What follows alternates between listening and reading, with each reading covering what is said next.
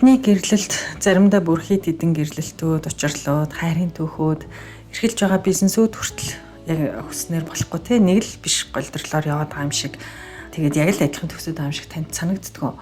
За бид нар ямар нэгэн байдлаар амжилттай байлаа гэхэд тэр нь бидний хүссэн хэмжээнд хүрэхгүй, хэмжээ нь боллоо гэхэд хэлбэр нь биш ч юм уу.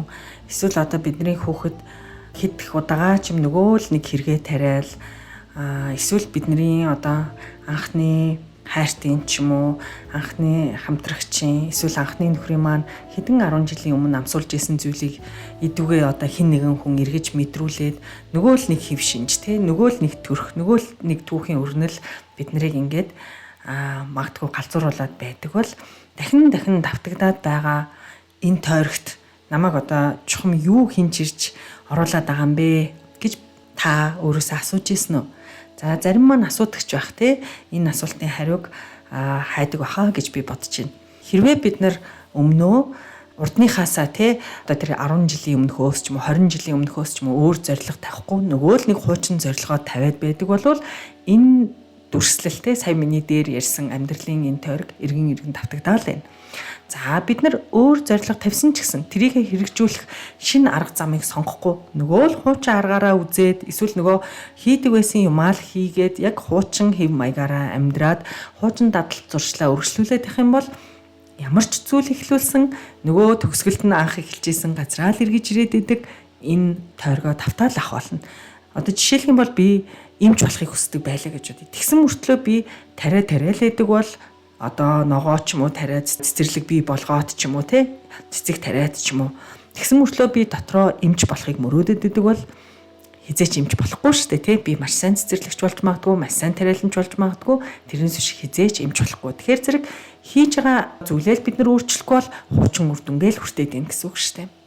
За миний хувьд гэх юм бол би бас яг ийм тойрогт өчнөө олон жилээ барсан хүн. Тэгээд за одоо энэний учрыг олъё гэж яваад энэ сэтгэл судлал руу орсон анх өөрийнхөө асуудлыг шийдээгээд би тэгээд сонирхож нэлээд олон жилээ сэтгэл судлал зориулсан. Дараа нь би мэрэгжлийн одоо сэтгэл засалж болёо, мэрэгжлийн сэтгэл зүйч болъё гэж одоо шийдсэн байгаа юм. Тэгэхээр зэрэг энэ амьдралын зохиол гэдэг энэ ухагтхууныг анх гаргаж ирсэн амьдралын зохиолын эцэг гэж тооцогддог Эрик Берн гэж сэтгэл зүйч байна тий. Тэгэхээр зэрэг энэ хүн болохоор зэрэг ер нь альч ангаах ухааны альч салбарт байдаг те ингээл мэрэгжлийн сүрхий хэллэгээр хүнийг онцлоод тэрнийхэн талаар ингээл эмчнэр хоорондоо яриад идэг эмчнэрийн зөвлөгөөн дээр ч юм уу яриад идэг болохоос нөгөө хүн өөрт нь яг юу тохиолдсныг ингэж мэдхгүйгээсээ болоод ингээд илүү айцтай байдаг те.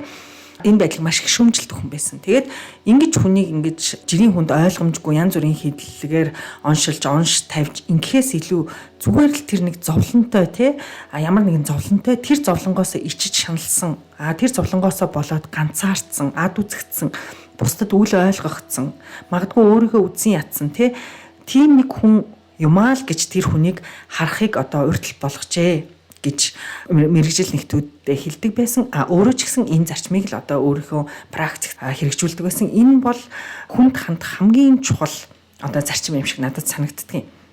За тэгэхээр зэрэг бид нар хүнийг одоо сэтгэл зүйн практикт те за энэ хүн бол ийм асуудалтай тэгсэн ингэсэн гэхээсээ илүү энэ хүнд зовлон байна. Тэгээ энэ хүн магадгүй зовлонгоо олж харахгүй байна.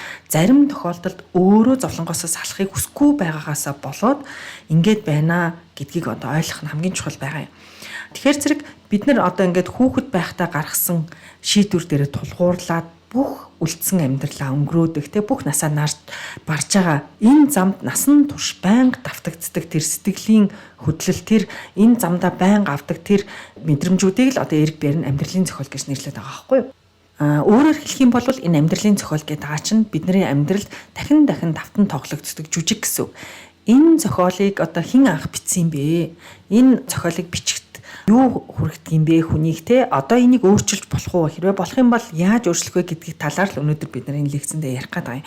Тэгэхээр зэрэг амьдралын зохиолыг одоо бүхэлд нь өөрчлөх шаардлагагүй байж болно. Зөвхөн таныг шаналгадаг тэр хэсгүүдийг засч болно гэсэн үг. Ягаад гэвэл амьдралын зохиол тэр чигтээ бүгдээрээ зовлонгоос бүтэн гэж байхгүй шүү дээ тий. Тэгэхээр зэрэг хэрвээ бид нар тэр өөрийгөө зовоодог тэр хэсгийг амьдралынхаа зохиолоос сугалж аваад засахгүй болвол бидний нөгөө улаасаа л энэ эргэх, буцаж тойрох энэ спираль замаар хөдөлтөх энэ амьдралын замд бид нар яг адилхан төрлийн хүмүүстэй уулзраад идэг. Яг адилхан хэв загварын харилцаанд ороод идэг.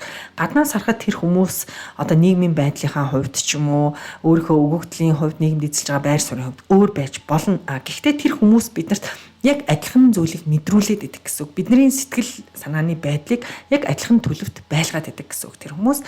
Тэгээд энэ хүмүүстэй тогтоосон харилцаа маань яг адилхан өрөндөг, адилхан төгсдөг ч юм уу те хэрвээ үргэлжилдэг бол нөгөө л тойргоор ингэж эргээд давтан биднэрт нөгөө тэр нэг мэдрэмжийг мэдрүүлээд идэг гэсэн үг. Тэгэхээр зэрэг бид нар мэдээж хэрэг таагүй мэдрэмжийн тухай ярьж штэ те.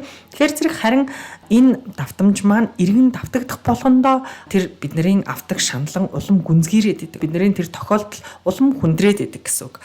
Тэгэхээр зэрэг гаднаас нь харахад магадгүй зарим бидний амьдрал дээшилдэг те бидний одоо мэрэгжил янз бүрийн өгөгдлүүд өндөрлгүүд ч байдаг юм уу те бидний бүтээн байгуулалт дээшилдэг тэрийг дагаад бидний харилцагч нарын өгөгдлүүд ч гэсэн дээшилж иж болно.